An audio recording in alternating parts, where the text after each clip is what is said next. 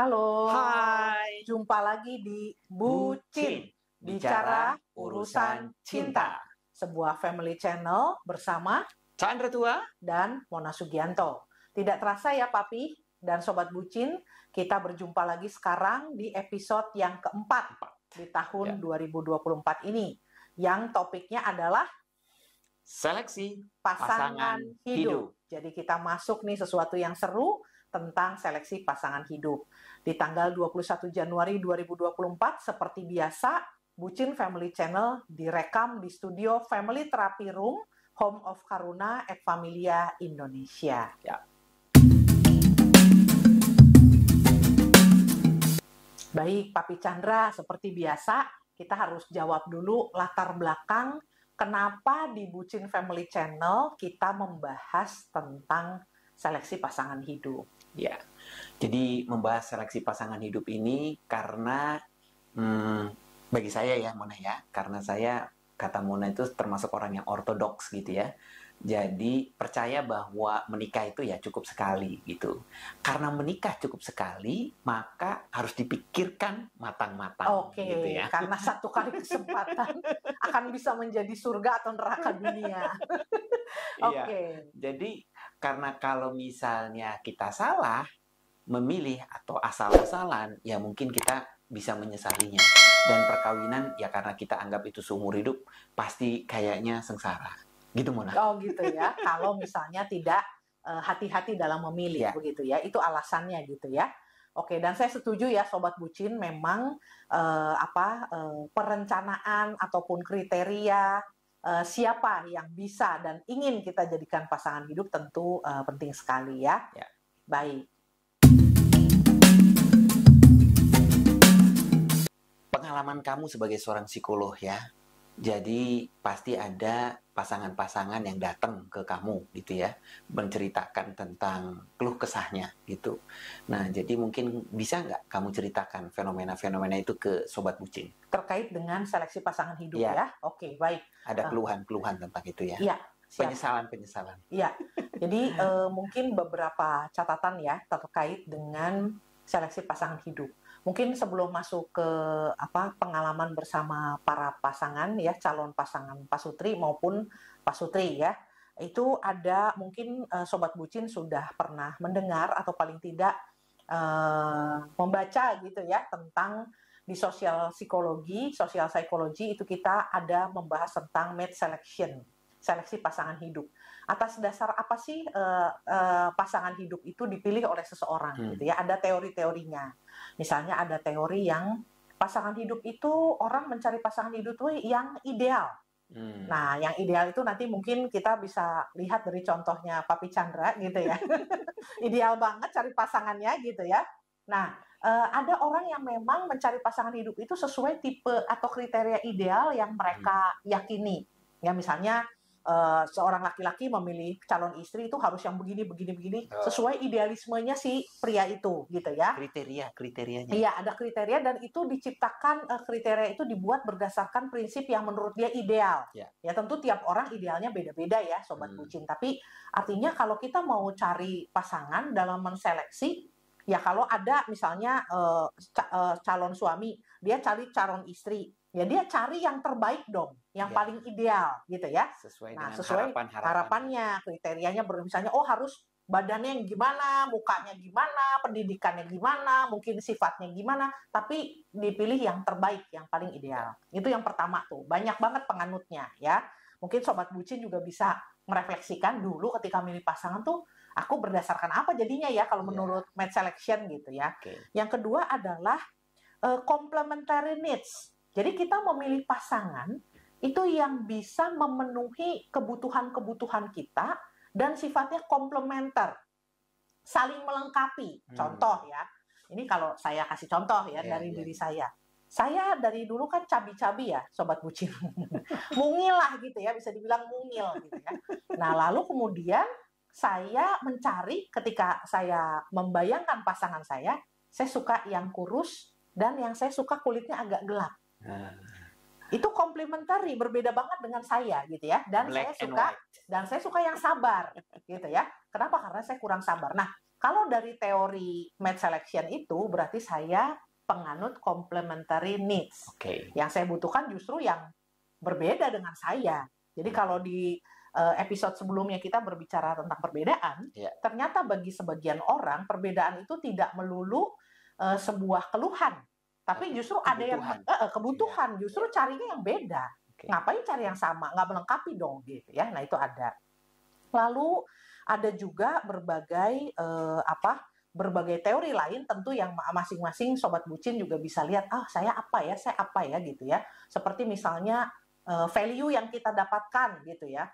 Secara sosial kalau menikahi seseorang misalnya, dia kalau saya itu menikahi apakah darah biru, apakah saya jadi kehidupannya jadi terangkat, harkat derajat keluarga saya dan lain-lain ya. Secara sosial ada saja pertimbangan-pertimbangan situ. Apapun, tapi paling tidak kita tahu bahwa kita kebanyakan punya alasan memilih pasangan hidup kita. Nah, dalam fenomena sekarang kita masuk ke real ya, perkawinan, pasangan-pasangan, perkawinan seperti apa dalam seleksi ini. Kesalahan dalam memilih pasangan hidup atau memilih kalau dibilang kesalahan kan berarti dia tahu benernya gimana, ternyata enggak. Tapi ada yang bukan kesalahan, artinya dia tidak tahu apa yang dia mau. Dia tidak tahu apa yang dia cari gitu, Pi. Jadi karena tidak punya standar atau kriteria tertentu, kemudian berdasarkan kesempatan ketemulah seseorang gitu. Dan ketika ketemu seseorang ya mungkin berdasarkan kenyamanan dan lain-lain, ataupun mungkin ada perasaan cinta dan lain-lain, akhirnya menikah, tapi tidak ada sebetulnya kriteria tertentu. Nah, ketika menjalani kehidupan pernikahan, syukur-syukur dipenuhi rasa syukur, gitu ya. Nggak apa-apa juga sebetulnya, kayak begitu nggak apa-apa juga. Sebetulnya nggak ada survive juga. Yeah. Tapi kalau nggak kebenaran, lalu kemudian kok gini ya, kok gitu ya, nggak cocok loh sebetulnya saya tuh nggak pengen begini loh. Tapi sadarnya setelah menikah. Ya, banyak kan begitu. Banyak kan begitu. Akhirnya kemudian adalah yang disebut kita bilang kecewa ya. Kok ternyata begini ya kehidupan pernikahan gitu ya. Kalau tidak seperti film-film. Tidak seperti film, seperti drakor, dracin, drama Thailand misalnya gitu ya. Beda banget gitu. Nah, kemudian ya seperti orang bilang penyesalan selalu datang terlambat. Kalau nggak datang terlambat namanya bukan penyesalan gitu ya. Nah, itu lalu jadi tentang kemudian akhirnya kekecewaan yang berujung kepada ketidakpuasan dalam pernikahan. Marital satisfaction-nya terpengaruh. Jadi kalau ditanya gimana pernikahanmu? Ya, nah kalau udah ngomong ya, gitu panjang ya. Ya-nya panjang, artinya nggak enak aja ngomong gitu ya. Tapi sebetulnya ya menderita. Gitu ya. Nggak usah dibahas. Nggak usah dibahas akhirnya gitu ya. Nah, itu terkait dengan ketika kita kemudian memilih pasangan hidup, memang bukan kita muluk-muluk atau terlalu bagaimana, tetapi akhirnya memang orang-orang yang punya semacam kriteria gitu ya untuk pasangannya kemudian cenderung untuk mencari yang sesuai dengan kriteria itu. Yeah. Artinya kayak jadi saringan ya. Kemudian orang-orang yang tidak sesuai dengan kriteria itu ya enggak gitu ya. Maksudnya ya tersingkir ya. Kalau ngomongin seleksi ya, kan ada seleksi nih. Berarti yang masuk ke kriteria ya akan mendekat jadi alternatif. Kalau yang tidak ya berarti kegeser kan gitu ya. Tidak akan ada dalam kayak ayak tuh. Kayak saringan. Nah, kemudian dari proses itu pasti ada proses seleksi lanjutan. Kalau orang bilang kan seleksi kan banyak ya, mungkin apalagi sobat bucin yang tipenya laris manis ya Papi ya. Yang tipenya laris manis pastinya kan banyak alternatif ya. Nah, kemudian jadi dari seleksi mungkin 12 gitu ya, terseleksi 8. Dari 8 tinggal di 3. Dari 3 kan tetap pilih 1 gitu. Nah, kemudian kan ada proses lagi lanjutan yang mungkin lebih advance. Nah, jadi secara pasangan suami istri juga masing-masing punya perjalanan seperti itu ya. Dan mungkin itu ya sobat bucin yang bisa mungkin tergambar tentang seleksi pasangan hidup.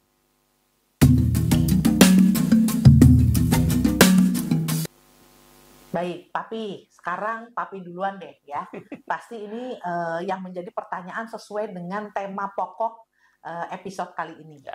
Kalau dari Papi itu sempat bilang, dan saya juga sempat kami itu mencatat gitu ya di buku pernikahan kami.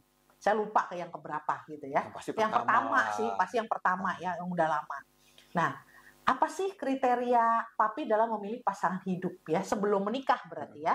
Nah, katanya konon ada 11. Yes. Coba, saya pengen tahu apa aja gitu ya. Perasaan saya juga nggak lolos seleksi ya Sobat Bucin. Dari 11 itu. Jadi yang fisik dulu lah ya. Jadi kalau yang dari fisik itu carinya yang rambutnya panjang. Oke. Terus yang kedua Luar biasa. Chinese. Saya nggak tahu, pokoknya saya seneng aja gitu ya. Ini bebawa suku nih. Turunan gitu ya. Terus yang ketiga itu nggak kurus-kurus banget lah.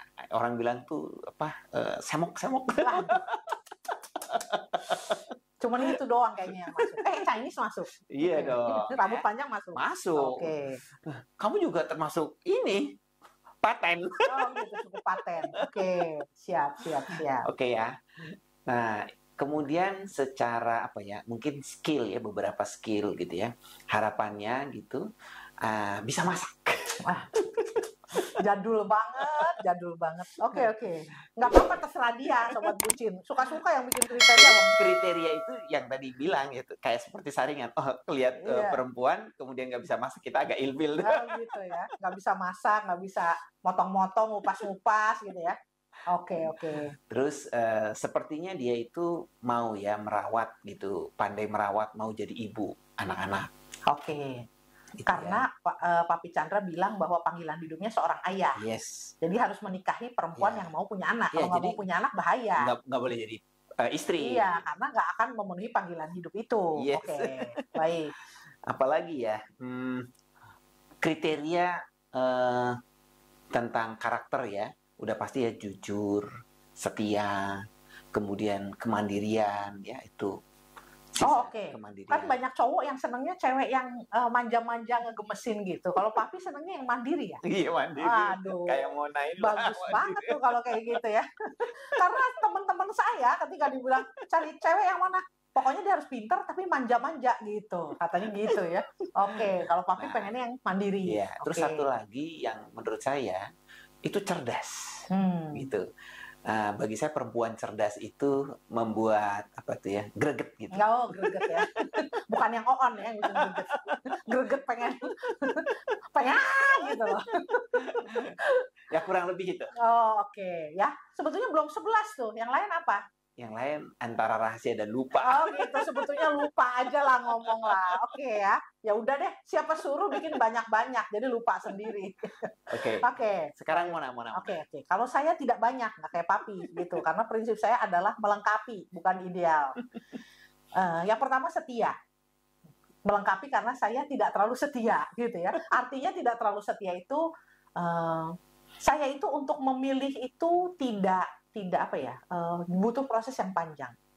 Tapi kalau saya punya suami, saya waktu di episode sebelumnya pernah mengatakan sebetulnya saya nggak pengen banget menikah awal-awal gitu. Tapi kalau saya sampai menikah, orang itu harus setia. Gitu. Karena saya sudah terlalu banyak melihat gitu ya dalam contoh-contoh potret kehidupan di sekitar saya maupun di masyarakat umum ya. Apa sih dampak perkawinan yang tidak setia itu? Aduh kasihan banget ya keluarganya. Jadi saya pikir nggak deh, mendingan nggak kawin gitu ya. Jadi setia. Lalu yang kedua tanggung jawab. Saya tidak suka, maksudnya akan menjadi seleksi alami buat saya kalau ada cowok misalnya teman sekolah lah gitu ya, kan kalau kita kenal di sekolah, SMP, SMA atau kuliah, terus dia ngurus diri sendiri aja nggak becus, itu pasti saya nggak mungkin bisa suka gitu. Ya kalau sekedar temen aja sih ya nggak apa-apa lah ya, koleksi teman, kenalan. Tapi kalau untuk kandidat itu pasti udah nggak mungkin gitu. Kalau nggak jelas gitu ya, untuk diri sendiri aja nggak bisa ngurus, udah nggak usah gitu. Lalu saya itu seneng cowok yang tua. Nah ini yang agak aneh gitu. Seneng yang tua. Tua itu maksudnya dalam hal umur. Kebetulan dapetnya Chandra tua namanya gitu ya. Nama dia dan dia lebih tua 4 tahun gitu ya. Tapi saya suka yang lebih tua dari saya. Kenapa? Karena saya ngelihat nggak tahu kenapa ya kalau terutama waktu SMA, SMP, kuliah juga masih gitu. Kok cowok sepantaran tuh tengil-tengil gitu ya. kayak nggak mau pesona lah gitu ya. Tapi kalau ngelihat yang tua tuh gitu ya, bijak banget gitu ya. Maka kalau kayak naksir guru, naksir dosen, nah mungkin tuh karena mereka kan udah matang, dewasa, tua, dan bijak dan banyak kayaknya gitu. Aneh deh pokoknya. Saya senengnya yang tua deh gitu. Dapatlah Chandra tua, namanya emang tua. Jadi artinya saya kalau dalam pilih cowok atau tertarik dengan laki-laki dan menjadikan dia kayaknya gue pengen nih kandidat gitu. Itu kayaknya ada sesuatu yang harus saya kagumi. Ya. Yang bikin kagum. Nah, kagum itu sebetulnya bisa banyak hal, entah bakat seni, entah misalnya kepemimpinan, entah dia kebijaksanaan apapun. Tapi saya tuh bisa gitu loh, kagum sama dia gitu. Makanya seneng yang antik-antik ya gitu, yang agak aneh, yang menantang, itu seneng banget. Nah, itu sih kalau yang karakter lah ya. Tapi kalau yang fisik, tadi Papi Chandra juga ada, saya juga ada. Ya tadi yang saya sebut. Saya seneng yang kulit gelap sama yang kurus gitu. Sekarang udah gendut nih. Gendut, buncit perutnya. Ya, gemes tapi gitu ya. Nah, itu kan sesuatu yang secara fisik kemudian saya ngelihat, wah, kayaknya kalau cowok tuh kulit gelap tuh seksi loh gitu ya. Nah, tapi itu adalah kriteria saya. Ya, oke.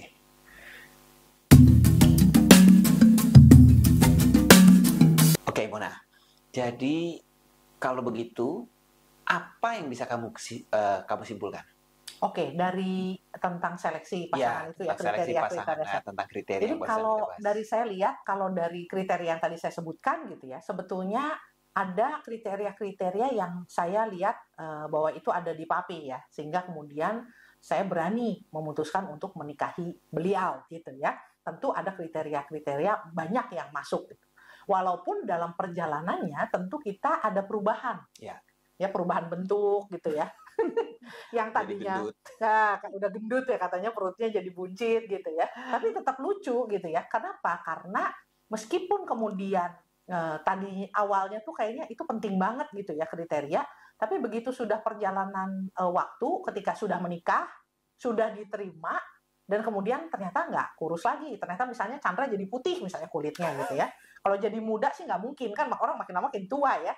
Tapi yang penting tetap ganteng. Tetap ganteng lah gitu. Nah, tapi kemudian ada sesuatu yang kita bilang nggak penting-penting banget, nggak kurus juga nggak apa-apa, tetap imut dan tetap seksi misalnya gitu ya. Jadi ada sesuatu yang kemudian ketika sudah diterima dan itu indah dan dikenali, kita tidak lagi memikirkan tentang oh tapi lu nggak cocok nih checklist gua, udah nggak gitu lagi sih gitu ya. Nah kalau Papi apa? Aku yakin aku tidak memenuhi 11 kriteria itu semuanya. Iya.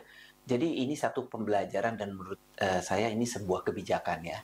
Jadi ketika saya sudah memilih gitu ya, ya udah apapun adanya itu harus diterima. Ketika sudah memilih dan sudah menikah dengan kriteria itu, ada atau tidak yang kurangnya gitu ya, tetap itu adalah pilihan dan diterima. Oke. Jadi ketika belum jatuh keputusan, belum ambil pilihan, kriteria itu menjadi penuntun. Jadi artinya tetap penting. Kriteria itu harus ada. Tetap ada. Kalau kriteria itu nggak ada, kita kan nggak punya saringan. Iya, betul. Khawatirnya kita salah memilih. Betul. Tetapi ketika sudah dipilih, maka sudah tidak ada penyesalan lagi. Oke, ya sudah diterima. Kan tahu yang memenuhi kriteria mana, yang tidak mana. Gitu batas toleransinya kan kita tahu. Tapi toleransinya, makanya walaupun tidak terpenuhi di beberapa bagian, toh sudah ditoleransi gitu ya. Betul. Dan kemudian sudah tahu resikonya dari tidak masuk kriteria itu nanti gimana gitu ya. Dan satu lagi, perjalanan hidup itu kan up down, ya naik turun. Kemudian yang saya lihat juga ya perkembangan kita, kedewasaan kita itu mempengaruhi sekali. Cara perspektif kita melihat, oh yang dulunya kriterianya harus gitu ya, sepertinya penting gitu. Tetapi ketika berjalannya waktu, kita semakin dewasa, hal yang dulu kita agak penting, ternyata nggak penting. Atau mungkin kebalikannya. Mungkin ada sesuatu yang dulu tadinya nggak jadi kriteria, malah menjadi tuntutan kriteria itu menjadi penting itu. Jadi bisa di tengah perjalanan ternyata oh iya, kenapa nggak dari dulu ya, gue cari tentang apa misalnya gitu ya. Bisa. Oke, baik, menarik banget. Nah kalau gitu ada nggak pesan dari kita nih Papi untuk sobat bucin nih, terutama mungkin yang dalam proses masih penjajakan ya, mencari pasangan hidup.